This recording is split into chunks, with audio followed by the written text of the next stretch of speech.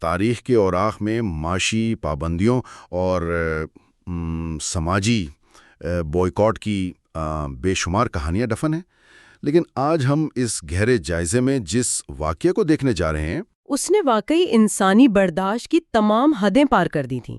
بالکل، آج ہمارا موضوع ہے شعبہ ابی طالب کا وہ ہولناک واقعہ، اور ہمارے پاس جو تاریخی حوالے اور مضامین ہیں ان کی روشنی میں ہم اس کا تفصیلی مطالعہ کریں گے۔ اور میرا خیال ہے یہ واضح کرنا ضروری ہے کہ یہ کوئی عام تاریخی کہانی سنانے کا سیشن نہیں ہے۔ ہاں، یعنی ہمارا اصل مقصد یہ سمجھنا ہے کہ جب کسی نظریے یا نئے عقیدے کی بنیاد پر کسی پوری کمیونٹی کا مکمل سماجی اور معاشی بائیخاتہ یا بوائیکاٹ کر دیا جائے تو کیا ہوتا ہے۔ صحیح کہا، انسانی بقا کی جنگ، اس کی نفسیات کس نہاج پر پہنچ جاتی ہے، یہ جائزہ ہمیں بتائے گا کہ تنہائی اور فاقہ کشی کے ہتھیار انسان کو کس حد تک توڑ سکتے ہیں۔ تو اس واقعے کی تہہ تک پہنچنے کے لیے آپ کے خیال میں ہمیں کہاں سے شروع کرنا چاہیے؟ دیکھیں، سب سے پہلے تو مکہ کے اس وقت کے سماجی اور سیاسی منظرنامے کو سمجھنا انتہائی ضروری ہے۔ جو مواد ہمارے پاس ہے اس سے یہ بات بڑی واضح ہوتی ہے کہ مکہ اس وقت محض ایک عام شہر نہیں تھا، بلکہ وہ پورے خطے کا ایک بہت بڑا تجارتی اور مذہبی مرکز تھا۔ بالکل۔ تو جب نبی کریم صلی اللہ علیہ وسلم نے توحید یعنی صرف ایک اللہ کی عبادت کا پیغام عام کرنا شروع کیا تو مکہ کے سرداروں نے انہوں نے اس کو صرف ایک نیا مذہب نہیں سمجھا۔ نہیں، بالکل نہیں، ان کے لیے یہ ایک زبردست سیاسی اور معاشی خطرہ تھا۔ مکہ کی پوری معاشیت ان بتوں کے گرد گھومتی تھی، اور اس نئے پیغام کا مطلب تھا ان کی چودراہٹ اور پورے خطے میں ان کے اثر و رسوخ کا خاتمہ ہونا۔ ہاں، انہیں اپنی وہ منافع بخش تجارت اور پورا استحصالی نظام ریت کی دیوار کی طرح گرتا ہوا محسوس ہونے لگا تھا۔ ایک چیز جس نے مجھے ان حوالے پڑھتے ہوئے سب سے زیادہ متوجہ کیا وہ قریش کے ہتھ کنڈوں میں آنے والی آہستہ آہستہ شدت تھی۔ ہاں، وہ بتدریج اضافہ۔ بالکل، پہلے انہوں نے طنز اور مذاق کا راستہ اپنایا، پھر بات دھمکیوں تک آ گئی، اور پھر اچانک ہم دیکھتے ہیں کہ جسمانی مظالم شروع ہو گئے۔ خاص طور پر جو کمزور مسلمان تھے یا بے آسرا غلام تھے انہیں جلتی ہوئی ریت پر لٹایا گیا تاکہ وہ کسی طرح اس پیغام سے پیچھے ہٹ جائیں۔ لیکن حیرت کی بات یہ ہے کہ یہ تمام تر تشدد اس آواز کو دبانے میں مکمل طور پر ناکام رہا۔ اور یہی وہ فیصلہ کن موڑ تھا، یعنی جہاں قریش کی مایوسی نے ان کی حکمت عملی کو پوری طرح بدل دیا۔ جب انہیں لگا کہ جسمانی اذیت کام نہیں کر رہی تو انہوں نے ایک ایسا ہتھ کنڈا اپنایا جو جسمانی اذیت سے کہیں زیادہ خوفناک ہوتا ہے۔ ایک مکمل محاصرہ۔ صحیح کہا، ایک ایسا نظام جس کا مقصد ان لوگوں کو معاشی اور سماجی طور پر اس قدر تنہا کر دینا تھا کہ وہ اندر سے کھوکھلے ہو کر ٹوٹ جائیں۔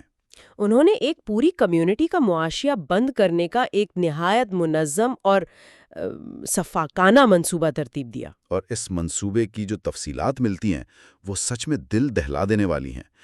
قریش کے سرداروں نے صرف زبانی اعلانات نہیں کیے تھے، نہیں، انہوں نے باقاعدہ ایک تحریری معاہدہ تیار کیا تھا۔ بالکل ایک لکھت میں ڈاکیومنٹ، اور اس کی شرائط اگر دیکھی جائیں تو انہوں نے سماجی رابطے کی ہر رگ کو کاٹنے کا فیصلہ کر لیا تھا۔ طے یہ پایا کہ بنو ہاشم اور بنو مطلب کے ساتھ، جو کہ وہ قبائل تھے جنہوں نے نبی کریم صلی اللہ علیہ وسلم کو خاندانی تحفظ دیا ہوا تھا، ان کے ساتھ کوئی خرید و فروخت نہیں ہوگی، کوئی رشتہ ناتا نہیں، کوئی نکاح نہیں، ان سے میل جول، بات چیت اور کسی بھی حالت میں کوئی مدد فراہم کرنا ایک سنگین جرم قرار پایا۔ اور اس معاہدے کی نفسیاتی اور سیاسی شدت اس وقت اور بڑھ جاتی ہے جب ہم دیکھتے ہیں کہ انہوں نے اس تحریر کو کہاں لٹکایا۔ خانہ کعبہ کے اندر۔ بالکل، اس دور کے قبائلی اور مذہبی معاشرے میں خانہ کعبہ کے اندر کسی تحریر کو لٹکانے کا مطلب تھا کہ اب اس معاہدے کو ایک مقدس اور ناقابل چیلنج حیثیت مل گئی ہے۔ یعنی مکہ کے ہر واسی کو اس پر عمل کرنا ہی تھا، چاہے وہ اس ظلم کے حق میں ہو یا نہ ہو۔ اور اس محاصرے کا ٹارگٹ دو ٹوک تھا، یا تو محمد صلی اللہ علیہ وسلم کو قریش کے حوالے کر دیا جائے یا پھر یہ لوگ بھوک اور تنہائی سے وہیں مر جائیں۔ اس سنگ دلانہ معاہدے کے بعد ہی بنو ہاشم اور بنو مطلب کو مجبور کیا گیا کہ وہ شہر چھوڑ کر شعب ابی طالب نام کی اس گھاٹی میں پناہ لیں۔ اور ہماری دستاویزات میں اس مقام کا جو جغرافیائی خاکہ ملتا ہے وہ خود ایک اذیت ناک تصویر ہے۔ ہاں، شیب ابی طالب مکے کے قریب ایک تنگ، خشک اور چٹانی گھاٹی تھی۔ یہ حضرت ابو طالب کی خاندانی ملکیت تھی، لیکن وہاں کوئی کھیتی باڑی نہیں ہوتی تھی۔ وہاں پانی کے چشمے بھی نہیں تھے۔ وہ ایک انتہائی بے رحم اور پتھریلی وادی تھی جہاں زندگی کی بنیادی سہولیات کا نام و نشان تک نہیں تھا۔ اور سوچیں، ایک ہی لمحے میں یہ لوگ اپنے ہی شہر کے بالکل قریب رہتے ہوئے باقی دنیا کے لیے مکمل طور پر اجنبی اور کٹے ہوئے ہو گئے۔ اور اس محاصرے کی جو طوالت ہے وہ انسانی تاریخ کے کڑے ترین امتحانات میں سے ایک ہے۔ بالکل، ہم آج کے دور میں چند دنوں کے لیے انٹرنیٹ یا سپلائی چین بند ہونے پر پریشان ہو جاتے ہیں۔ ہاں، اور یہ محاصرہ کوئی چند ہفتے یا مہینوں کا نہیں تھا، یہ پورے 3 سال تک جاری رہا۔ 3 سال! ایک ایسی جگہ جہاں پانی تلاش کرنا عذاب ہو، کھانے پینے کے ذرائع صفر ہوں، اور باہر سے شہر کے پہرے داروں نے کسی بھی قسم کی خوراک اندر لے جانے پر کڑی پابندی لگا رکھی تھی۔ وہاں اتنے بڑے گروہ کا 3 سال تک زندہ رہنا واقعی سمجھ سے باہر ہے۔ سچ بتاؤں تو 3 سال کا یہ عرصہ پڑھتے ہوئے ایک عجیب سی جھرجھری تاری ہو جاتی ہے۔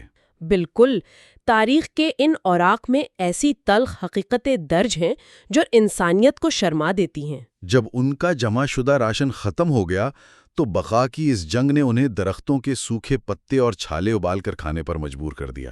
اور سب سے تکلیف دہ پہلو جس کا ذکر بار بار ملتا ہے، وہ بچوں کی حالت زار ہے۔ ہاں، رات کے اندھیرے میں بچوں کے بھوک سے رونے اور بلخنے کی آوازیں مکہ کے باشندوں تک پہنچتی تھیں۔ وہ مکہ کے لوگ جو اپنے گھروں میں نرم بستروں پر سوتے تھے، انہیں وہ آوازیں صاف سنائی دیتی تھیں، لیکن پورے معاشرے کی اجتماعی بے حسی کا عالم یہ تھا کہ کوئی ان بچوں تک پانی کا ایک گھونٹ تک پہنچانے کی ہمت نہیں کرتا تھا۔ اور انسانی نفسیات پر بھوک کا کیا اثر ہوتا ہے، اسے سمجھنے کے لیے حضرت سعد بن ابی وقاص رضی اللہ عنہ کا ایک واقعہ بڑا اہم ہے۔ ہاں، وہ رات کے اندھیرے والا واقعہ؟ بالکل، وہ بتاتے ہیں کہ ایک رات گھپ اندھیرے میں وہ وہاں چل رہے تھے تو ان کا پاؤں کسی چیز پر پڑا، اور بھوک نے ان کے اعصاب کو اس قدر مفلوج کر دیا تھا کہ انہوں نے اس نامعلوم چیز کو اٹھایا اور فوراً نگل لیا۔ اور سب سے حیران کن بات یہ ہے کہ وہ خود بتاتے ہیں کہ انہیں آج تک معلوم نہیں ہو سکا کہ وہ چیز کیا تھی۔ یہ دراصل بھوک کی وہ انتہا ہے جہاں انسان کا ذائقہ، اس کی پسند ناپسند سب ختم ہو جاتی ہے۔ ہاں، دماغ صرف جسم کو زندہ رکھنے کی کمانڈ دے رہا ہوتا ہے، بنا دیکھے کچھ بھی کھا لینا بتاتا ہے کہ یہ محاصرہ کتنا خوفناک تھا۔ لیکن اس بھیانک صورتحال کا مطالعہ کرتے ہوئے ایک اور چیز جو حیران کرتی ہے وہ یہ کہ اتنی شدید مایوسی میں بھی خاندان سے وفا کی ایسی روشن مثالیں ملتی ہیں جو عقل کو دنگ کر دیتی ہیں۔ آپ حضرت ابو طالب کے کردار کی بات کر رہے ہیں؟ بالکل، اس پوری داستان میں ان کا کردار ایک بہت طاقتور ستون کی طرح ہے۔ ہمارے ذرائع بڑی صراحت سے بتاتے ہیں کہ اگرچہ انہوں نے اسلام قبول نہیں کیا تھا، وہ نظریاتی طور پر مختلف تھے، لیکن عرب کی خاندانی حامیت اور اپنے بھتیجے سے اس بے پناہ محبت کی خاطر انہوں نے اپنی پوری قوم کی دشمنی مول لی۔ اور انہوں نے اس گھاٹی کی تمام سختیاں برداشت کیں، لیکن نبی کریم صلی اللہ علیہ وسلم کی سرپرستی سے پیچھے نہیں ہٹے، اور یہ سرپرستی صرف زبانی نہیں تھی۔ ہاں، بلکہ انتہائی عملی تھی۔ حوالوں میں آتا ہے کہ وہ رات کے اندھیرے میں کتنے چوکنے رہتے تھے، انہیں ہر وقت حملے کا ڈر رہتا تھا۔ اسی لیے وہ رات کے مختلف پہروں میں نبی کریم صلی اللہ علیہ وسلم کا بستر تبدیل کر دیتے تھے اور ان کی جگہ اپنے سگے بیٹوں کو لیٹا دیتے تھے تاکہ اگر کوئی قاتلانہ حملہ ہو تو وہ ہر صورت محفوظ رہیں۔ یہ ایک ایسا دفاعی حصار تھا جس نے دشمنوں کو وہاں براہ راست حملے کی جرت نہیں کرنے دی۔ اور اس محاصرے کے دوران بقا کی اس جنگ میں ایک اور کردار ایسا ہے جس کے بغیر شاید ان لوگوں کا بچنا ناممکن تھا۔ حضرت خدیجہ رضی اللہ عنہا کی بے مثال قربانی۔ ہاں، وہ مکہ کی سب سے امیر ترین خواتین میں سے تھیں۔ ان کی تجارت کے چرچے پورے عرب میں تھے، لیکن جب بائیکاٹ شروع ہوا تو انہوں نے اپنی وہ تمام تر بے پناہ دولت ان محصور لوگوں کی بقا کے لیے پانی کی طرح بہا دی۔ اور یہ کردار اس محاصرے کی اکانومی کو سمجھنے کی چابی ہے۔ بالکل، جب خوراک پر پابندی تھی تو جو تھوڑا بہت ریشن خفیہ طور پر بلیک مارکیٹ سے آتا تھا وہ انتہائی مہنگے داموں ملتا تھا، اور وہ سب حضرت خدیجہ کی دولت سے ہی ممکن ہوتا تھا۔ تاجر اس مجبوری کا فائدہ اٹھاتے، لیکن انہوں نے پرواہ نہیں کی۔ انہوں نے اپنی پوری معاشی سلطنت ان انسانوں کو زندہ رکھنے کے لیے قربان کر دی۔ اور یہ کتنی دل خراش سچائی ہے کہ وہ خاتون جس نے پوری زندگی ریشم پہنا ہو، انہوں نے اپنے آخری ایام فاقہ کشی میں گزارے۔ ہاں، اور اس مسلسل فاقہ کشی اور ذہنی دباؤ نے ان کی صحت کو اتنا تباہ کر دیا کہ آگے چل کر یہی محاصرہ ان کی وفات کی بڑی وجہ بنا۔ اتنے جانی اور مالی نقصانات دیکھ کر یہ سوال ذہن میں ابھرتا ہے کہ یہ ظالمانہ بوائیکاٹ آخر اپنے انجام کو کیسے پہنچا؟ 3 سال کا لمبا عرصہ گزرنے کے بعد خود قریش کے اس مضبوط اتحاد میں دراریں پڑنا شروع ہو گئی تھیں۔ معاشرے کے اندر کچھ لوگوں کے ضمیر جاگنے لگے تھے۔ انہیں احساس ندامت ہونے لگا کہ وہ اپنے ہی خاندانی رشتہ داروں کو بھوک سے تڑپا کر مار رہے ہیں۔ قبائلی نظام میں خون کی اہمیت بہت ہوتی ہے۔ بالکل، اور یہی وہ کمزوری تھی جس نے قریش کے الائنس کو توڑا۔ کچھ با اثر افراد نے، جن کا ضمیر مزید بوجھ اٹھانے سے انکاری تھا، خفیہ اتحاد کیا اور اس جابرانہ معاہدے کو کھلے عام چیلنج کرنے کا فیصلہ کیا۔ ان کی دلیل سیدھی تھی کہ ہم کیسے پیٹ بھر کر کھا سکتے ہیں جبکہ ہمارے چاچا زاد اور بھتیجے بھوک سے مر رہے ہیں۔ اور اس کے بعد جب وہ کعبہ کے صحن میں کھڑے ہو کر اس معاہدے کی منسوخی کا اعلان کرنے گئے تو وہاں دبی بیک والا وہ مشہور واقعہ پیش آیا۔ دبیک میرا مطلب ہے دیمک۔ ہاں، دیمک کا واقعہ وہ واقعی انسان کو حیرت میں ڈال دیتا ہے۔ بالکل، جب اس سردار اس ڈاکیومنٹ کو پھاڑنے کے ارادے سے پاس پہنچے تو انہوں نے دیکھا کہ دیمک نے اس پوری تحریر کو چٹ لیا تھا۔ قریش کے وہ تمام سخت قوانین، ان کی پابندیاں، سب دیمک کی خوراک بن چکی تھیں۔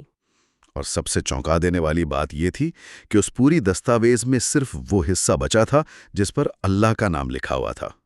یہ کوئی اتفاقی عملی نہیں تھا۔ اس کا جائزہ لیں تو یہ غرور پر حق کی ایک فیصلہ کن فتح تھی۔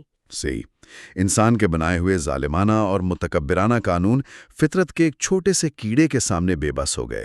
اور صرف اللہ کا نام باقی رہ جانا قریش کی اس سرداری اور غمنڈ کے خاک میں مل جانے کا اعلان تھا۔ اس واقعے نے معاہدے کے حامیوں کو نفسیاتی طور پر کمپلیٹلی شکست دے دی، اور یوں تاریخ کا یہ تاریخ ترین محاصرہ ختم ہوا۔ بنو ہاشم اور باقی محصورین کو 3 سال کی قید کے بعد باہر آنے کی اجازت مل گئی۔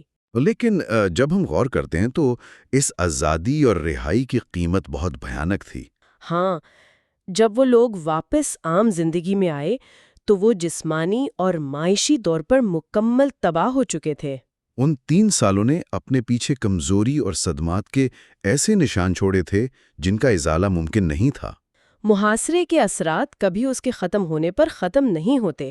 ٹھیک کچھ ہی مہینوں بعد اسی فقاکاشی کی وجہ سے حضرت ابو طالب اور حضرت خدیجہ رضی اللہ عنہا اس دنیا سے رخصت ہو گئے۔ نبی کریم صلی اللہ علیہ وسلم کے لیے یہ صرف 2 افراد کی موت نہیں تھی، بلکہ ان کے دفاعی اور جذباتی قلعے کی 2 سب سے بڑی فصلوں کا گر جانا تھا۔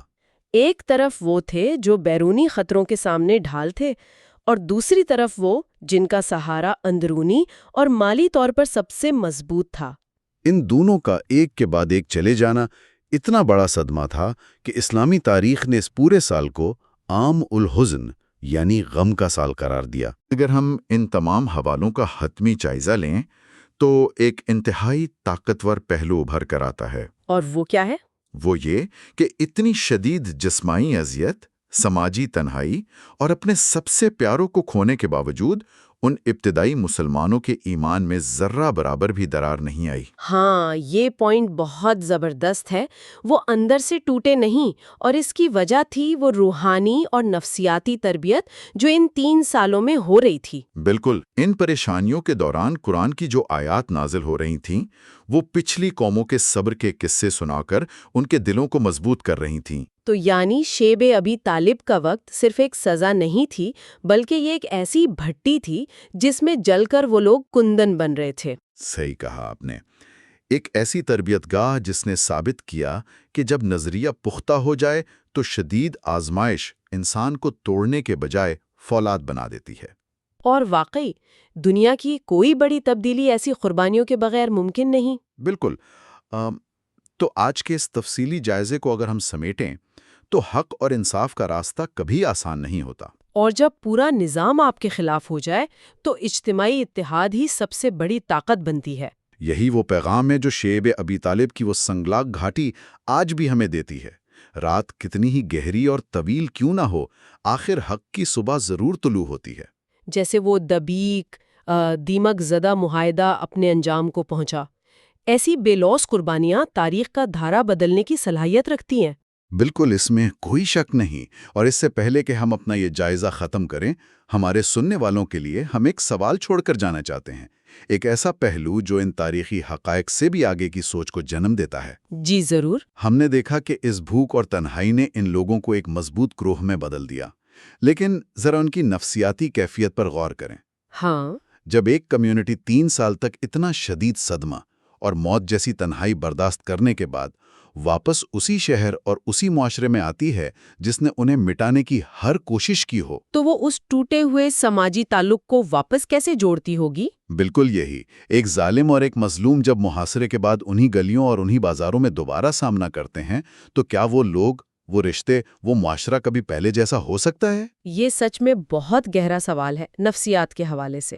ہاں، اور اس سوال کے ساتھ ہی ہم آج کا یہ تفصیلی مطالعہ یہیں ختم کرتے ہیں۔ اس فکری سفر میں ہمارے ساتھ شامل ہونے کا بے حد شکریہ۔